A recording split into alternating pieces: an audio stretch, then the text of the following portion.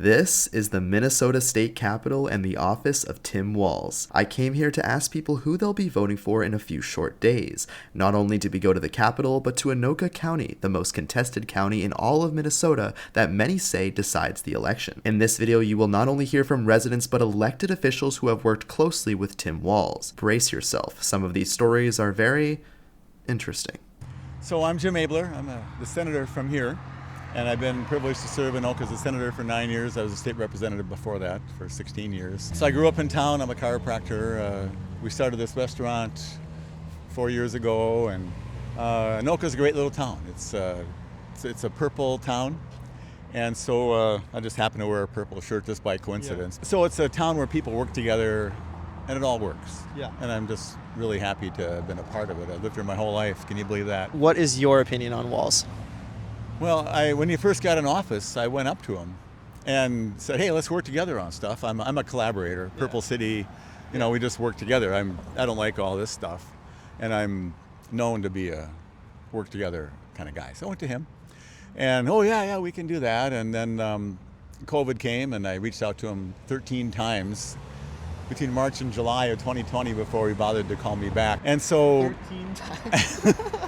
Governor Dayton was his predecessor. He would call me back 2 times out of 3 and listen, and didn't always do what I said, but at least he would have a conversation, So Walz came in, and I got to know him a little bit and tried to work with him. I'm the Human Services Chair back in that time, working about seniors, people with disabilities, and all that stuff. And as I observed him, he ran as a kind of a moderate when he was a congressman down in the 1st District with the farmers and small businesses and greater Minnesota. And then when he got in office here, he had a Republican Senate, so he had to kind of work together. Okay. And then when it took over with the trifecta, with all 3 branches being Democrat, he was asked, he said, what do you call 34-33, which was the makeup of the Senate? Mm-hmm. And he said, a majority. Instead of this is our chance to work together and show Minnesota we can be an example. Literally plus one. Yeah, literally. And so he just veered left, and frankly, from what I see of him currently, that's the real Tim Walz. He really is a progressive socialist, and which is who has taken over Minnesota government now. And if you look at the actions that have been done by purely all Democrats, they have gone farther left than most Democrats I know. And they say, what are they doing? And spending all the money and some of these social policies and 9-month abortions and you can say what you think about abortion, but 9 months is a long time. 9 months is a long time. It's like they're pretty big by then, and so we argued and no, we're doing that, and so here he is now. And so I think he is finally at peace. He gets to be himself.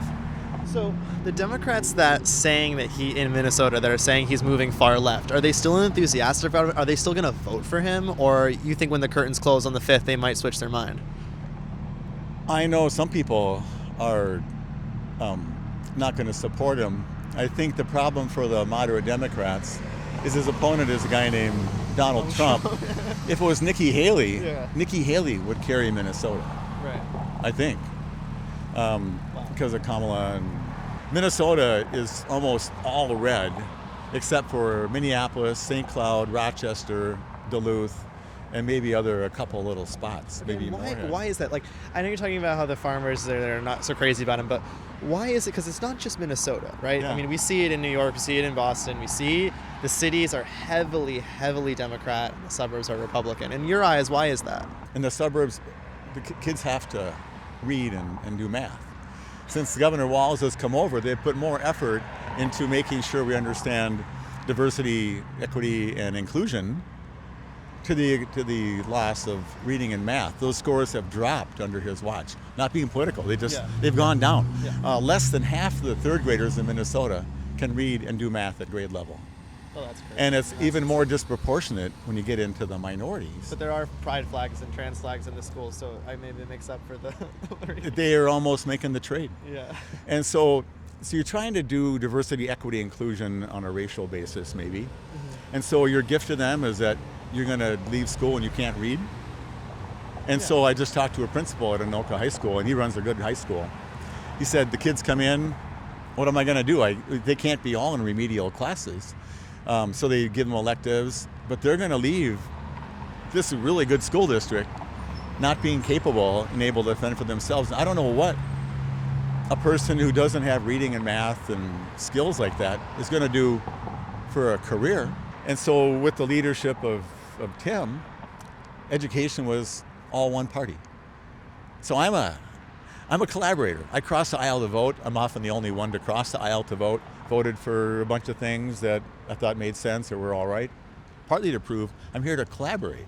And so none of the ideas that I brought forward about how to make education work were taken at all. People that are activists, good for them. God bless them for their activism. But it has to be practical. I don't think that people meant to do DEI and have kids not read anymore. I'm not sure that was the plan. Sure. And I'm not sure they wanted to spend a record amount of money on public education and have all the school districts cut staff. Most of the people in education are a moderate something or a little left. And they're like, what? They can't believe it. So it's too bad. And Governor Walz didn't take any leadership in that and say, no, let's bring it to the middle. Let's usually when power changes, it goes from one 40-yard line to the other 40-yard line.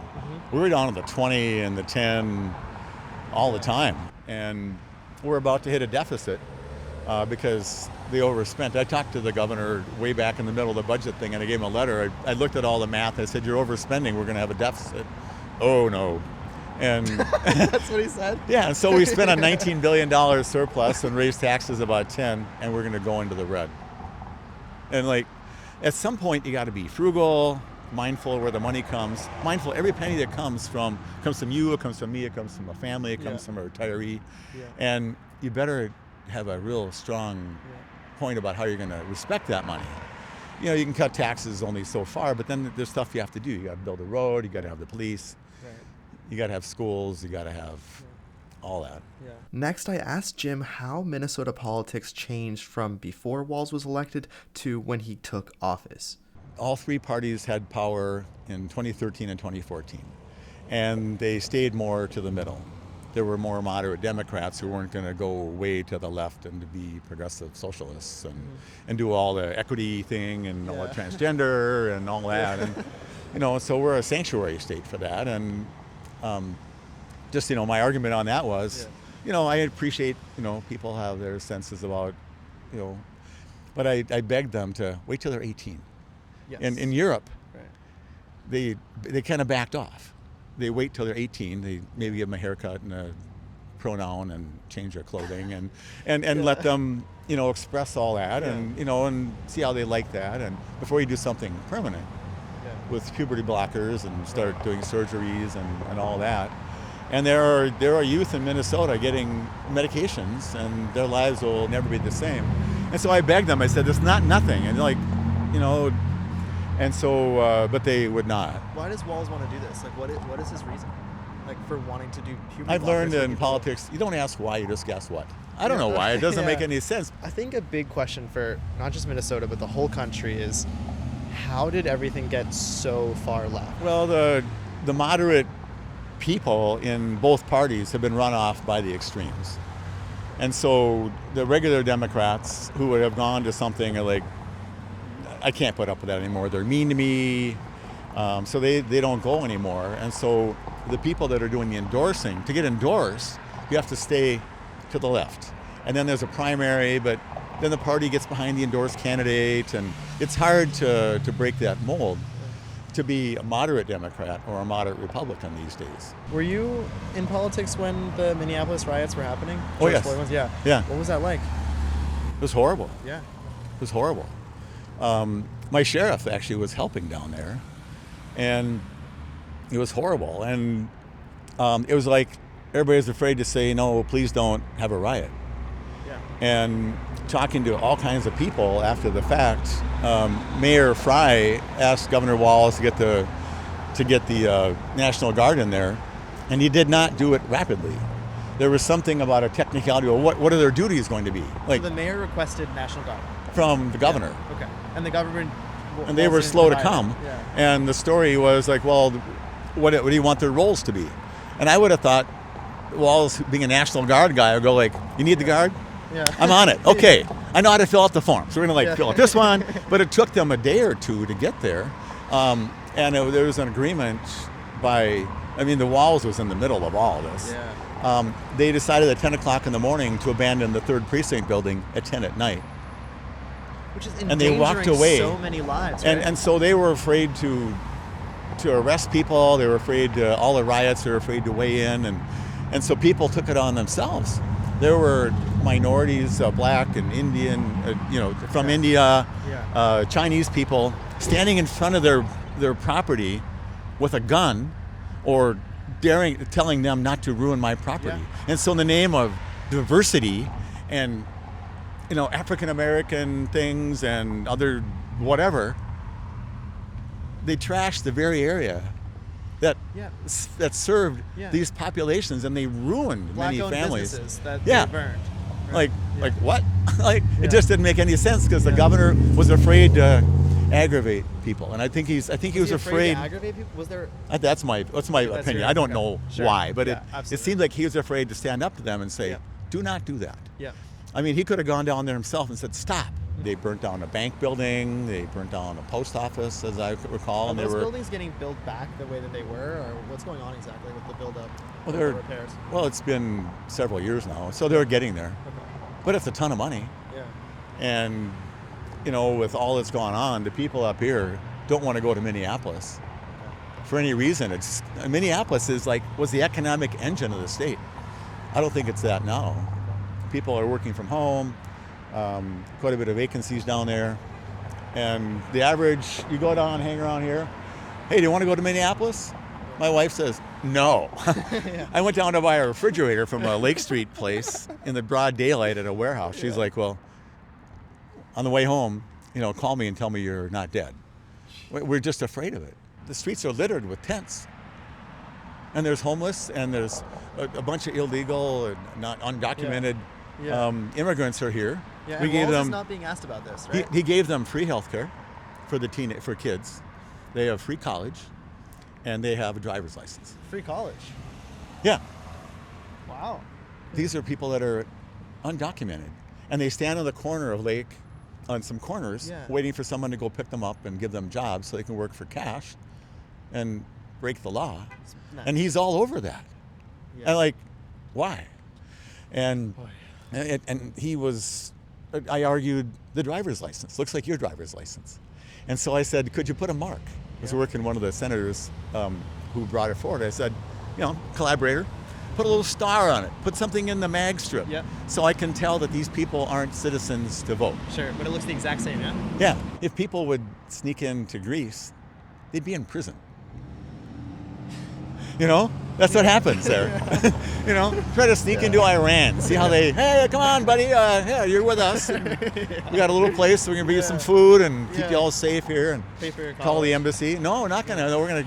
It's going to be cold. It's going to have a hard bed and bread and water until we decide what to do with you. Jail. And so it just doesn't make sense. Yeah. Doesn't. No, it doesn't. And so if he could have worked with me. And so I vote for imperfect bills across the aisle because I know it's close and we better have a way to work together. Yeah. And I tried to model that. Could you work together? That was I outreached to him. I'd like to work with you together and accomplish something. I'd like to, let's work on stuff together. Yeah, we can do that. And crickets. You'll hear more from Jim later in this episode, and if you want to see him in a future episode, just quickly add that to your comment. Now we're going into the bar to ask residents what they think of Walz. What do you guys think about Tim Walz? Not much. He is worthless. Tampon Timmy should not be elected to flush toilets. Okay. Do you want to know how I really feel? Please. I can't say that on video. Okay. Can you give me a dumbed down version of how you really feel? Well, he's not a leader, number one. He's not a what? He's not a leader. Yep. He follows all his liberal cronies, and they're destroying Minnesota, primarily Minneapolis and the metro area. I don't even shop in Minneapolis anymore. I wouldn't spend a dime there because of the losers that run our city, or that city, not my city. How are they destroying Minneapolis? What are they doing exactly? the fake George Floyd murder, he died of an overdose. And that loser, Tampon Timmy, let our city burn for days. Or the city, not my city. We had a huge budget surplus that he just wasted away, and the taxpayers who provided that surplus got just a little smidgen back if you were lucky. So, no, he's a liberal Democrat. He knows zero about how to run things. Donald Trump, on the other hand, who's a businessman who has been very successful, never run for office, even as a dog catcher, was not a career politician, didn't have to do what he's doing, has the enthusiasm of a man half his age, goes from town to town, puts on, and I've been to 3 of his rallies, puts on rallies that knocks people over. He has people come to there that pack the house and can't get in, that want to get in. He's an amazing man, and he wants what's good for this country. And that's the way I feel about. I don't even want to talk about Walz because I think he's Worthless. he's worthless. He's an awful governor. And a liar. Trump, on the other hand, contrary to what other people were saying, he's not trying to destroy democracy. That's bullshit. If anything, he's trying to make sure that we keep our democracy. Yeah. Do you feel Liberals get in, they're going to pack the Supreme Court. That's what they want to do. They want to make it so it's impossible for Republicans to win. And they're trying to ruin this country so they can rebuild it as a communist country. That's what they want to do. Tear it down, build it, and try to bring it in as a communist country. It's just pathetic what's going on in this country today. Pathetic. Who are you supporting in the election? I'm supporting Harris and Walz Okay, awesome. Can you tell me why? because they're in favor of the union. I'm a union member, Okay. and Walz is a teacher. He was a union member. What has he done for union guys like yourself? He's created more infrastructure money, Okay. so I've been able to support my family and, Yeah. and make a good living for myself. So Sweet. What do you think about Kamala? Kamala, Yeah. I think Kamala is for the people, and Trump just seems to be about him. Most everything's about What him. makes you feel that way about Trump? Because every time I hear him talk, he almost talks like I would if I was younger, like if I was an emperor or something. Sure. It's all about me, and what I'm gonna, and then when I get here, but it's never about the common man or just a normal, you know what I mean? Yeah. I think it's a little out of touch. So let me make this point. Yeah. I will say I agree with him on a couple issues. Okay. Right? About the wide border thing, letting immigration just run wild and rampant. But will that push me to endorse him? No. Okay. So, as usual in life, you trade one thing for the other. Yeah. I'd rather trade something like that than, Yeah. And do you feel like that migration problem is an issue in Minnesota, or you don't feel it here? We have quite a healthy Somalian community here, right? And I don't know how true all these things are about they pay taxes for this and don't pay taxes for that. New car purchases, new home, and things of this and that. I don't know. Next up, he wanted to share something crazy that's going on in Minneapolis, specifically with migrants. You need to go on Lake Street and Nicollet. Oh, Lake Street here, yeah. Yeah, Lake Street Yeah. in Yeah. Minneapolis. This is Yeah. St. Paul. Yeah. You guys need to go across the river Okay. in Minneapolis. There's a street called Lake Street and Nicollet. Okay. You're going to see a bunch of Mexicans that are undocumented. They're holding drills. There's a bunch of fentanyl use up there, drug addicts galore, and Mexicans looking for daily work. They come out there. This street is like some out of Minnesota. It doesn't remind you of Minnesota. Wow. You'll see people 3 blocks, drug addicts and Mexicans and Somalians and people standing looking for work, and people smoking fentanyl and doing crack, and other people asking for work, getting in the way of traffic. Wow. Yeah, it's something to see. But given that that's going on, Yeah. How do you know for sure that like Trump wouldn't be good for you for a union member? Like, was Trump under Trump his 4 years? Did you feel like you were getting less paid and like treated less valuable or something like that? To tell you the truth, I did not. Okay. But here's what I noticed: there was a deal with the rich guy, not MySpace, but Zuckerberg or one of the guys with Elon Musk? Musk. Okay. They had a problem with some of the guys there. They were trying to union. They were trying to union. They were saying, you're not paying us enough money, enough wages. Okay. And so something happened on the internet where Trump said, hey, those guys don't agree with what's going on. Let those guys go. You can get more workers. So that right there is a spite against unionization. So I'm with the collective bargaining agreement. So we bargain for all the roads. I'm with all the union guys. We build all the roads, the bridges, the sidewalks, everything, infrastructure. And so we bargain and negotiate for our health and that all matters. Trump said on the internet, these guys don't want what you're giving them, let them go. We'll get more guys. So he got in trouble for that, but I don't know who these other construction guys are with hard hats and stickers saying that he's going to do good for them. He's just already said, if you don't go along with whoever the boss is for whatever company, with the wages or whatever he's saying, let him go. That's not how collective bargaining is done in the union. So about Walz, how was he for Minnesota, like from your point of view? I know for the union you mentioned that, but like, is there something about, because I feel like the country doesn't know him very well. He came out of nowhere for the they don't. He's small. So tell us about him. So that's crucial. So he's small time Oats. Yeah. Right. He was just a teacher. That's all he was. A teacher. He didn't come from no big silver spoon. Okay. So nobody knows him. He's not, the big family or nothing like that. But he's like you and me, or the regular man. So everybody knows him. That's why he talks like Minnesotan. He's not used to this big stage or whatever. You know what I mean? Yeah. He's for the common man, the common good.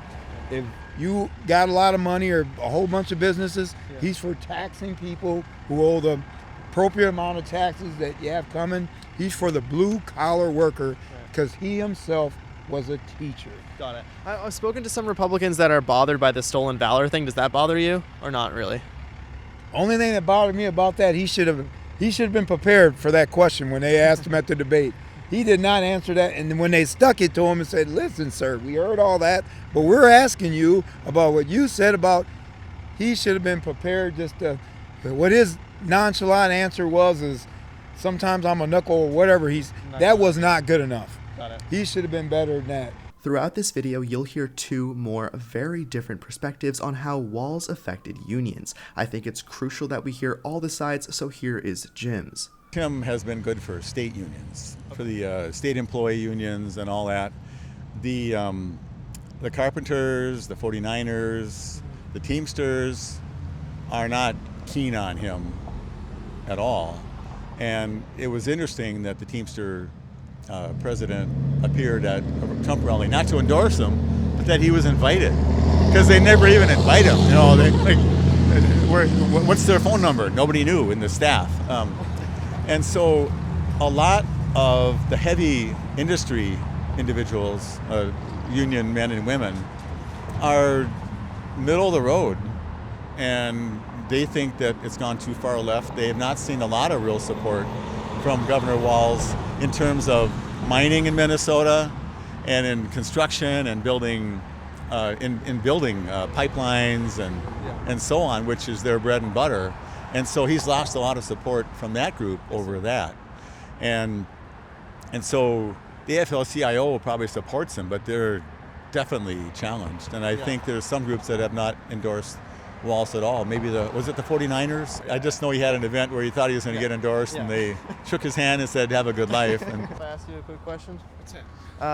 Who you're supporting in the election? Kamala Harris. Okay, can you tell me why? I can't support Trump. Okay. And Harris has good policies. Okay, what are your favorite policies of hers? Let me think. Sorry, it's on the spot. No, take your time. I think she's got a good immigration policy. Her plan for housing is, I think, a strong one. Okay. And the economy in general. I think more than that, I think a return to Trump's policies would be disastrous. Got it. So for immigration, do you see the 15 million migrants coming over the border? Like, do you believe that that's happening, or do you believe it's kind of like propaganda? I believe it's happening to a certain extent. Obviously, Minnesota's far away from the border, so we don't see it as much. Okay. But I believe there is truth to it. Yeah. And then her housing, are you talking about like the $25,000 down payment for the... Part of that, the push to build more houses in areas that affordable housing in areas that need it, where there's it's difficult to buy a house and costs are too high. Yeah. Things like that. Yeah. And what did you think of the 4 years of Biden and Kamala? Would you say you were satisfied with it, or? For the most part, yes. Yeah. Okay. And Kamala said that she wouldn't do anything different. So, do you like that? Do you want her to do something different?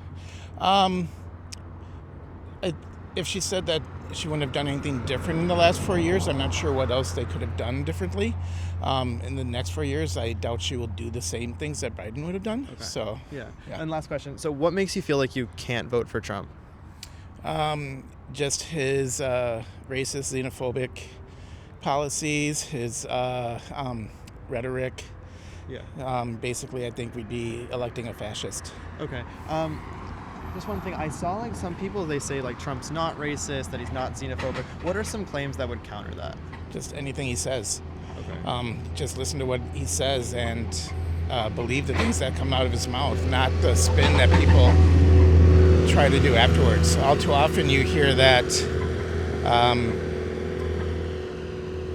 basically he says something and then everyone else makes excuses for the things that he says. Yeah. So, is there a specific one that comes to mind, like a specific racist thing that... well, the most recent one I think was, and let me think of what it was about, well, the people that worked with him, like Mark Kelly, saying that he wanted generals that one of the generals that Hitler had, and that Hitler did good things while in power, and that's kind of a scary rhetoric that if he had the power of the presidency again, who knows what he would do. Okay, do you think like that you'd want to wait for proof on that, like to guarantee that he did say it? Because right now it's kind of like he said, she said kind of thing, or do you believe that he definitely said it? Oh, he definitely said it. There's too many people that worked with him that are saying that he said that. Yeah. So. And do you feel like he's good? I know he's good for Israel and he's good for Jews, but like his grandkids are Jewish. You know, his daughter Ivanka's Jewish. He moved the embassy in Israel to Jerusalem. So a lot of Jews feel he's great for Jewish people. So what do you say to that, given like that they're comparing him to Hitler? I say he may have done some things that was positive for Israel. I think he did so in a way. I think he responds to other leaders that praise him and then does things that they want him to do.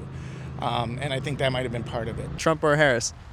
I'd rather support Trump.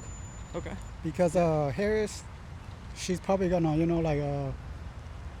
do a lot of, harassing. Harassing? So, yeah, like it's gonna be a lot of harassing after if she becomes president or whatever. How do you mean that she's gonna harass? Like harass who? Because her last name. Oh, Harris. Harass. Yeah, Harris. Okay. That's Harrison Ford. That's that's someone else. Okay. Do you genuinely want Trump to win? No, I don't want any of them to win. So, do you go to the college, by the way? Yeah. Oh, cool. Are you for Trump or Harris? I'm from Trump. For Trump. Okay, yeah. Tell me why. I don't know. I don't know. Like, I don't get into politics that much, but I believe he's a better choice. Okay. Because of the economy and the inflation that happened. Where are you from? I'm from Somalia. I came here. Oh, okay. I was born here, but then I went back to Somalia. Got it. Next up, I went to the Mall of America, but each time I tried to interview someone, they either didn't speak English or just didn't want to talk at all. Are you supporting Trump or Harris? Sorry, no English. Oh, no English? No. Oh, okay. Sorry. So, do you live in Minnesota? Yeah, Wilmar. Where are you from? Honduras. Honduras. Well, when did you come to Minnesota? 2 years. 2 years ago? Yeah. Oh, how did you come, like, across the southern border, or how did you come here? No, I don't know. What? No, I don't know, no. Was it a plane that you came here? By plane? Yeah. It's back to the bar, and I ended up having a very interesting conversation with this gentleman. He grew up on a farm and was frustrated with Walz's closure of businesses during the pandemic. The conversation then shifted to immigration. We are people who are built off of immigration, but the difference between our forefathers and the current fathers is that you don't work, you don't eat. And I think we need to bring that mentality back. I think we need to bring the patriotism back. But in order to do that, our government needs to shrink. What would be wrong with something as simple as, say, infrastructure on road construction being contracted out to we the people? There's plenty of business owners out there, and they could actually turn around and subcontract. Right, yeah. I mean, well, why not use our people that are out there doing their jobs? And I mean, these construction jobs, I mean, yeah, I've done construction work. I'm a mechanic by trade, and I can personally tell you that, yeah, I can probably beat the standard time of other mechanics, maybe beyond that. But the thing is that so can our road construction workers who are working only small mom and pop shop asphalt companies. Why can't they be the ones to do the work? I mean, I don't know. It's things like that. That's what we need to go back to, is that if we ran our checkbooks like the government runs our checkbook, we'd all be bankrupt in a matter of minutes, you know. And that's the problem, is that he wants to run it like a business. Businesses make money. Keep it about the American people. So much stuff is happening overseas, and we are shoving our nose in where it don't belong. I have my religious beliefs, but where is our support for Israel? You know, that's what we the people should be doing, is supporting Israel. We always have, and now suddenly we don't, and we're trying to give a bomb to people that say, you know, death to America. Well, oh wow, no, that you know, come on, guys, what? You guys are really just Clear up for Americans that are confused about, we're giving a lot of money to Ukraine, yeah, and we're giving a lot of money to Israel. They see those as the same thing. How is giving money to Israel different than giving money to Ukraine? I'm not against supporting Ukraine. It's just that let's face it, they're fighting a battle that can't be won, and that's really the problem, is that we're flushing money right down the toilet, and that's not just money that should be appearing out of thin air. It appears from our pockets. I mean, that's what taxes do. Well, here's the thing, is that we claim to be a country that supports the United Nations, and United Nations actually sanctioned Israel to become a nation, and that's why I have no problem with them being supported. You know, Ukraine, yes, they have a right to their independence, they have a right to their choices, but here's the thing, are you fighting a battle that can't be won? You know, I mean, let's face it. Is this a debate? Because I love debate. It's not a debate. We actually agree. Oh. Yeah. Do you want to maybe ask a question? What is this about? It's about. Prohibition? No. Well, not quite. No. It's about. Thank you, by the way. That was Yeah, an you bet. absolute Yeah, pleasure. you bet. Please stick around if you want to. Do you want Trump or Harris to win? You walked in on that one. Well,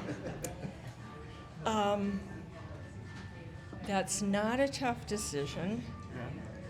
Let's just say I think someone who rapes women is probably not gonna do the best for women. And you're talking about Walz? Yeah, he's he seems like such a rapey kind of guy, doesn't he? Walz? Sure. So your mind's made up. My mind was made up in 2015 when I realized how fascist Trump is. I mean, he has such fascist tendencies. Yeah. And when I realized that he is a sociopath with narcissistic personality disorder, kind of thought that's probably not the kind of person you want in, you know, having the world's most powerful position. This woman clearly thinks very differently than the gentleman I just spoke with, so I'm going to let them debate it out. However, given that the debate was over 30 minutes long, I chose to select one of the most interesting portions, which was the climate change section. And if you want to watch full debates in a future episode, just let me know that too. Do you believe in climate change? I mean, you believe that's real, I hope. You know what? Here's where I am on climate change. You want to hear it quick? Yeah. I'm quick about it. Yeah. All right. So, Do I believe that the world is going through a change? Absolutely. The world is always going through a change. If it's as many years old as scientists claim, this should be nothing new, you know? But here's the thing. Everything that comes out we use on this earth comes out of this earth. Are you telling me that the ecosystem is flawed and it's not going to recycle itself? I'm telling you that man has gone way over bounds and created chemicals and pollutants that affect our beautiful earth and is causing many crises. No, it's not. Yeah, it is. Oh my God. So what degree do you have in science? What degree do you have? Let's start there. I am smart enough to listen. I'm a paralegal. I'm smart enough to listen to others that have those degrees. I don't have the time to get a degree in every single, in medicine and. No, I don't expect you to. In, nobody can. Nobody can. You do the research that you deserve. Listen to the guitarist for Queen. Yeah. What about him? He's got a PhD in astrophysics. I bet he believes in climate change. I bet he does. Yeah. You know what? And that's okay. But are we blowing it out of proportion like we did COVID? Are we blowing it out of proportion since every time a Democrat... Do you listen to experts? I mean, there are people that have studied good for them. things. No, it's not a... Experience speaks louder than a damn book. I mean, how many times when you were starting out as a parent... I'm talking about people who are looking and doing experiments. I mean, I don't know if you even understand, No, how, I guess maybe I don't. Yeah, to be it's honest. a very complex... I don't know how they do it. I don't know how they do it, but it's... But the thing is that how come this has only been a problem since Obama? It hasn't been a problem. It's been a problem for years and years. Don't you remember acid rain raining down on us from Canada years ago, like decades ago? Okay, yeah. We were getting acid rain. Okay, how about the time that there was a gelatin storm down in Texas? I mean... What about wildfires? There's tons of wildfires just destroying California land, destroying droughts. So my question is what is it that they claim is causing that? Is it green gas? Is that what it's called? Green gas? Just horrible toxins and pollutants that are in the air and cow farts. Seriously? Yep. I lived on the farm. I've dealt with cow farts. You are full of cow fart. Oh, well, I'll be damned. So that's what's wrong. You know how many doctors I've been to? I'll be respectful. I'm sorry. That was funny. That was funny. Why are you sorry? That was funny. There used to be a time where we picked on each other. Why can't we go back to that? That's great. The country needs more of this. Yes. Yeah, I mean, that's awesome. Things were looking very civil until the end of the debate when she decided to deliver her closing argument. A vote for Trump means that you're just not a patriot. You just don't really care about American democracy. You don't care about the founding fathers. You don't care about. I mean, I'm serious. That's intense. That's not. But it's true. Well, you can also hear on the other side, which is a vote for Trump, is a vote for safe borders. There's no other side. What? This is not. I found this sad because she started off by saying I love debate, and at the end she said there is no other side. That just doesn't sound like the same person. Americans may disagree with each other, but I don't think we should give up entirely on understanding our neighbor. Jim was nice enough to show us outside, though, and introduce us to two people who know Walz well. But first, this very fun fact. So that's our City Hall, Anoka City Hall, City of Anoka, a great place to raise your kids. It's actually in the shape of a gun. That's the barrel, that's the trigger, and you can see the handle. If you look at it from the top, it looks just like a pistol. What do you think of Tim Walz? Well, Tim Walz really had it together when he first ran for Congress. I had some disagreements with Gil Gutnick, who he was running against, because it involved some conservation issues. And I was a Republican, and I sent an email or contact with Gil Gutnick and said, I want you to change your position on this, otherwise I'm going to send a letter to all the newspapers in your district. And he didn't change his position, so I sent a letter. And then what happened was the letter went out like to Rochester and Fairmont and Worthington, all those letters. And so then what happened was Tim Walz called me up. This was whenever Tim Walz first was running for office. And he said, you sound like a Democrat. You need to support me. And I go, no, not at all. I just disagree with Gil Gutnick big time on this particular issue. And so he said, and I did, and I actually sent him money. I sent him money for his campaign. And I had a lot of friends of mine that were conservative in southwestern Minnesota, very conservative people. We all know southwestern and southern Minnesota is red. And they voted for him. And Gil Gutnick lost, and we got Tim Walz. But after 12 years of working for Nancy Pelosi, what happened to him? He turned into complete mush. He completely changed his ideology, went from an A rating to a F rating with the NRA and so many other things. And I've had dealings with him since. I think he's probably a decent human being, but he's not good at politics. He's not good at having a standard, a personal standard, as to what's right and what's wrong. Yeah, can you tell one of those stories with Walz, if you don't mind? What's that? Sharing a story an interaction that you've had with him. Well, I would interview him. I write a column for Outdoor News and for Minnesota Outdoor News, and I would have conversations with him, and I would ask him specific questions about conservation issues. And Walz's answer always is, "We need to have a conversation about this." You know, it's like Harris. What does she always say? You know, it's like, I grew up in a middle-class family and stuff like that. yeah, it's all whatever it is. Yeah. And Walz was like, every time it is, we have to have a conversation about this. And he's squishy on everything. And I can't even imagine. I mean, they were so desperate to have to turn around and to make him as the vice presidential candidate. They were desperate. They had to find somebody that was as soft as him, because anybody else that had any kind of principles would not have passed muster with any of the rest of the woke people. And so this is the guy that we can pick. You know, Senator, you know Walz, you've dealt with him before. He's a decent guy. He's actually a likable kind of a guy. You can have a conversation with him. But it's like, how could a person turn from being a conservative congressman to win southwestern Minnesota to turn around getting to the point where he's as woke as he is? Some transformation. Yeah. I mean, it was like that happened seriously. What do you think happened? Like, what's your theory as to why he shifted so far left? Politics. He's been very mushy on I'm a conservation person. I believe in, I'm really strong on wildlife and conservation issues. But he's like, and he tries to portray himself as a conservation and a land and equality people. But the problem is all of his positions that he takes are really bad for the environment. It's all pro-agriculture, and it's really a bad thing. And it's like, he panders to ag interests so much, but they don't vote for him. Why do you pander to ag interests so much when in ag areas where I'm from, southwestern Minnesota, southern Minnesota, they vote red anyway? It's like, why is that? In my opinion, it's because of the money. Ag interests, ag has a lot of money, a tremendous amount of money.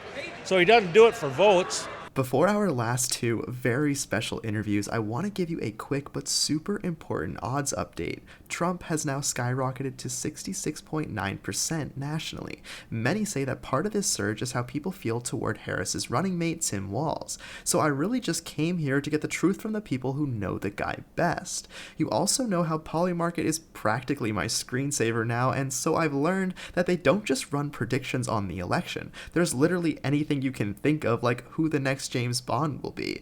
Definitely after the video sometime, you gotta check out Polymarket. It's so fun to just look at all the predictions. So what do you think of Tim Walz? Actually, I was in one of Tim Walz's very first campaign events. I was in southern Minnesota in Mankato. I was on a union job. It was a very hard time in our economy. Very few people had jobs. People traveled all over to this job. And it was good union work, but there wasn't very much work at that point in time. Tim Walz came into the area. He was trying to become representative for southern Minnesota. And we heard about a meeting. We went to support this guy. 100% union, 100% help the person who's got a family, help the person who needs a job, needs to be a family, have a regular person. So Tim Walz is for us, we were for him. I wrote a check. I didn't have a lot of money. I was having trouble with my mortgage, wrote a check to him. We all wrote a check to him. He was astounded. He said prior to this, he'd never talked to any more than 8 people at a time. We had 40 people in this room, all union members, and he got so much energy for that. He won the election, first Democrat in that area for a long, long time to win. He says that energized him. He's been a huge supporter of unions before that. Since then, I'm all for Tim Walz. Wow. Okay, so what do you do? What do you do for work? I am a retired union electrician. Can you explain the difference in how policy affects unions? Before Walz, I don't know the name of the governor, but There used to be, after World War II, Yeah. up till maybe about the Reagan era, we'll go right there. America had a lot of unions. Of course, the people with large money want to keep money, and they don't really care about too many other people. Okay. If you're very arrogant and you love money and you love yourself, you don't care what happens to the other guy. There's a lot of people in terrible situations. Coal miners, auto workers, and a lot of people who have been used and abused to make other people rich. The iron mines in northern Minnesota are a great example of this. People come with no English, they just want to work. They were terribly abused just because they want to feed their family. So these people gather together and do what they can to make their situation better. So starting at some point in about the 80s or so, federal laws started changing to take away the union power, the ability of people to unionize. FedEx is a great example of that. Federal laws were passed for FedEx not to allow their employees to unionize. On the federal level, there was a law passed specifically so a company could not unionize. So this is the type of thing that happens when large money gets a hold of politics. So that's one example. Union power under Biden has come back. There's been a top-down, trickle-down philosophy in America for quite a few years. Clinton was also part of that. Clinton liked banks, big businesses, and was pro-business, and there's nothing wrong with business. Without business, we'd flounder. Each person on their own is nothing. We need people to form businesses, but we also need equality for your average person. So Clinton was okay, but he definitely was not pro bottom-up type stuff that Biden started. So Biden looked at, let's feed the infrastructure, let's feed the people, get the money to where the jobs are, and if the money flows up after that, that's fine. So that's a total change in philosophy over the previous 30 years. On our way to the airport, I just couldn't help myself and asked our Uber driver who he was voting for. He said he was undecided, but I think at the end of our conversation, he made his choice. You tell me. Which candidate's policies do you like more? I like Donald Trump economy policy. Left on Kellogg Boulevard West. Okay. But I don't know. Sometimes behavior is not good. Right. Do you think you would have more money under Trump? 850 feet. Take the ramp on the right for 35 east south. Then take a slight right. He was good at the time he was the president. Yeah.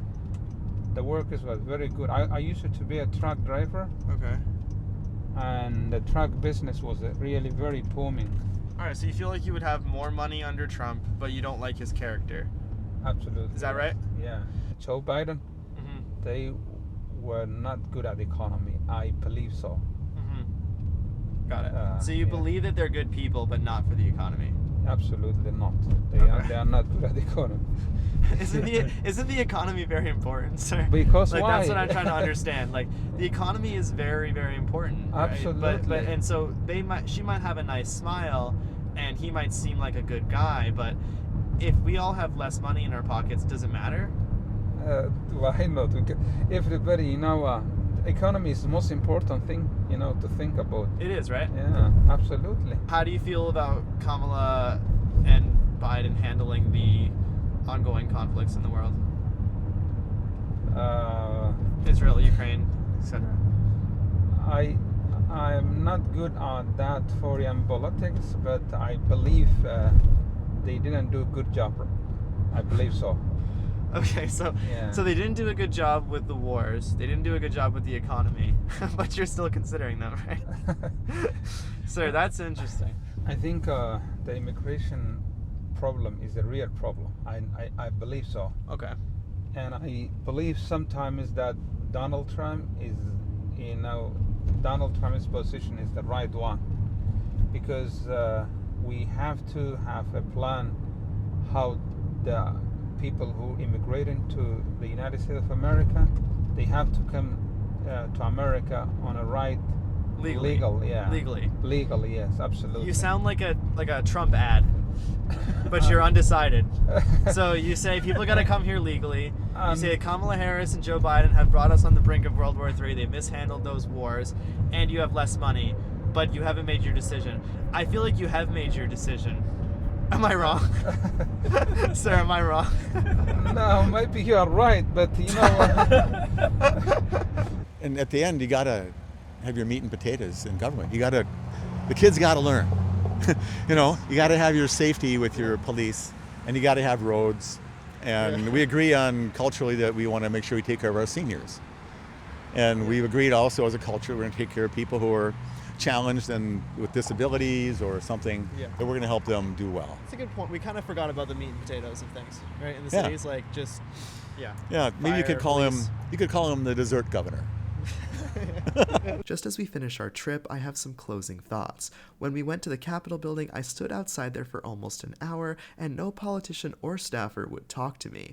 I remember hearing something about for the people, yet when I had a question, I just got nothing but rejections. Thankfully, when I reached out to Jim, he agreed to be interviewed and later even told me that going to the Capitol building was a waste of time. Through talking with Jim, I gained a much larger appreciation for local politics, and I understood much better what people like and dislike about Walz. I hope you did too.